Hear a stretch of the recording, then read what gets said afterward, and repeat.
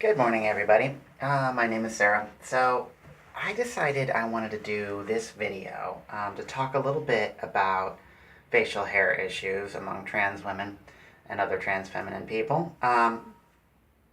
It seems like when I look around, I see a lot of people still talking about shaving, and it's not that there's anything wrong with that, but I've just like my wife and I, through trial and error and trying a few other things, ran into some of the same issues over and over again. Shaving was very dysphoria inducing. For me in particular, it never seemed to last very long. If I had, an event in the morning and something in the evening, I felt like I had to shave in between because the stubble and the shadow was just atrocious, and that just made me feel worse. After a little bit of experimenting, we tried out a couple of different epilating techniques. So, full disclaimer on this one, I'm not a medical professional, I'm not a spa person or anything like that, I'm not certified for any of this. But whenever I looked around to talk about people who were, my biggest thing was so many of them seemed to be caught up in, oh no, we're not going to do that to you, and they never gave a good reason why. Other than, well, it's going to be physically painful. Okay, so yeah, it might be a little bit painful, but I'm here to tell you that pain does go away, and it's actually much briefer than you might think. So, again, I'm not a professional, but I kind of got the feeling after a while that maybe that was just a bunch of, transphobic gatekeeping. And let's face it, there's plenty of that out there. So, proceed with caution. Do whatever you wish on this. But I'm going to give a little discussion and demonstration about epilating. So first off, when I first started using an epilating technique, I used hard wax. I used the GG brand hard wax. I had a single warmer, and the hard wax was really good. And you know what? That stuff is really good. But you still got to buy more wax after a while, and at 20-something bucks a can, it starts to build up faster. It takes a while to warm the wax up. It makes a mess. It takes a good, hour or so for me to warm up the wax, and then a good 30 to 50 minutes just to do the whole waxing, because you got to put it on wet, let it harden, peel it back off. It's easier to control pain-wise because it's in short bursts, but I ran into the issue of it being like, well, I got to pretty much clear my morning, or have a clear morning, and do it every time. And sometimes my schedule's too chaotic, and my wife found the same thing. So I do think that was a good thing, but at this point we're recently kind of changing methods a little bit, and we decided to go with an electric epilator. And I'd like to show you that one right now. So let's see, I'm not sure how well that can be read. It's the Enjoy Imagine. I'm not sure quite the brand name, but there are several devices like this. You can find them on Amazon, eBay, and they're really not all that expensive. They plug in during use, so there's no batteries, there's no recharging, and there's really no refilling or any additional disposable products that you need to use one of these things. So the first few questions I always seem to have is, does it hurt?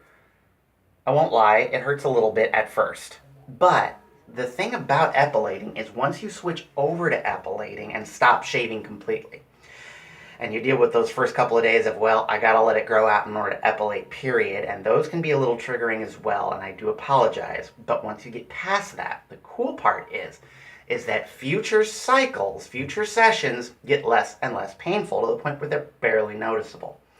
So I actually think that's an advantage.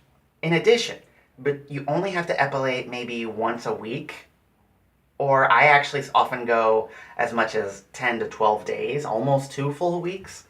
And when the hair does grow back, it grows back lighter and sparse, and to the point where it doesn't look any different or any less harsh than your average cis woman with a similar facial hair difficulty. So if cis passing is a priority for you, then yeah, I think you maybe want to consider it. A couple things I do know is you always want to make sure you wash your face thoroughly before and after. Don't use any oil-based lotions for the first 24 hours after doing so, because you're pretty much guaranteeing, zit city for that. You're pretty much just putting oil right back into where those gaps are, and all of a sudden now you got a new problem. But if you can wait that, and you can continue to use maybe other moisturizers if you need them, or use healing lotions or astringents. After those 24 hours and things are starting to calm down, you can go back to your regular moisturizing routine, whatever that may be, and you'll have no problem. So I think it's something to consider. So what I've done so far is I've got my epilator set up over here. I've got some tweezers for cleaning up afterwards for the things it doesn't get. And I've got a little cleaning brush for the epilator itself. And I'm going to just do it right here on camera. So I've already washed my face. What I like to do is I'm just going to use this camera here to tie my hair back.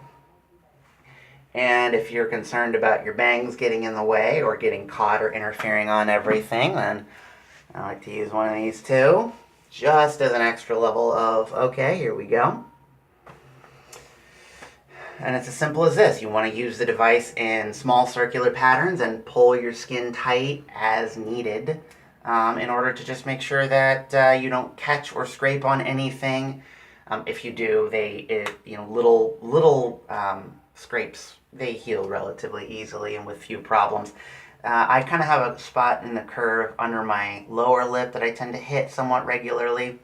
I don't really need to do much here anymore. Mine just doesn't grow here very much, but if I do, people who do, I know sometimes catch there too because of the curve of the lips. So you just got to be careful about it. But yeah, you'll find that the whole process gets done relatively quickly. Now it's a bit loud, so I don't think I'll be able to talk too much, but hopefully you can kind of see what's going on.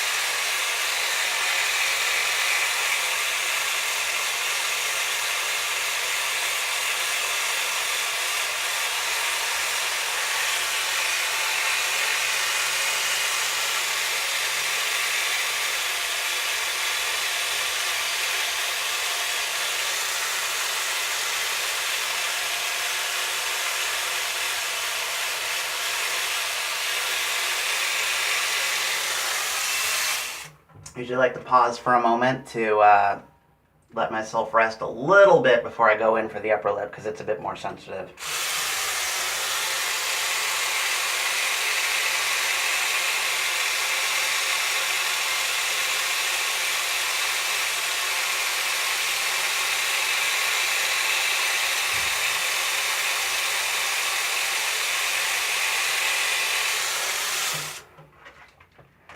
So I'm not going to do the whole thing. I'm just going to show you half. I'm going to get this closer here and under the light. So you'll see this is the side that I haven't epilated yet. This is me at about 8 days. I think I want to say it was a week and a day last Tuesday and today's Wednesday. So you'll see it's still really light. You have to get very close and in the right light to really see much, but you can still feel it. You get really close, and if I let it go a little longer, you'd be able to see a bit more, but it's still sparse enough that I really don't have too many issues with, social perception. And now, over here, I'm going to see how well I can get this. There's a little bit of residual redness from having just gone over it. There are still a couple of stray hairs that I'm going to go back over with some tweezers, but really, that redness is going to go away in just a few hours. That whole process took a few seconds. Now, your first time through, take your time. It's going to hurt. I know it's going to hurt. But as you start epilating more and more, you'll begin to find that everything that's been shaved underneath the skin isn't going to be pulled on every time you go over it with your epilator or with tweezers or with wax.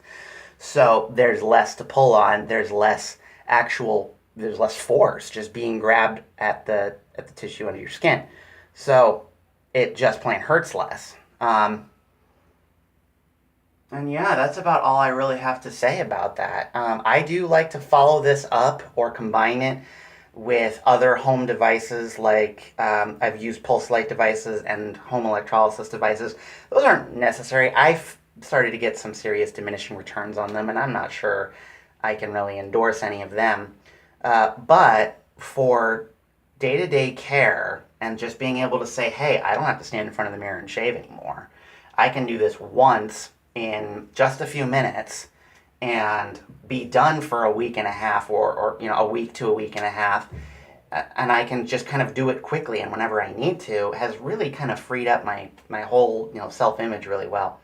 So I hope you enjoyed this, and if you have any further questions, I encourage you to message me.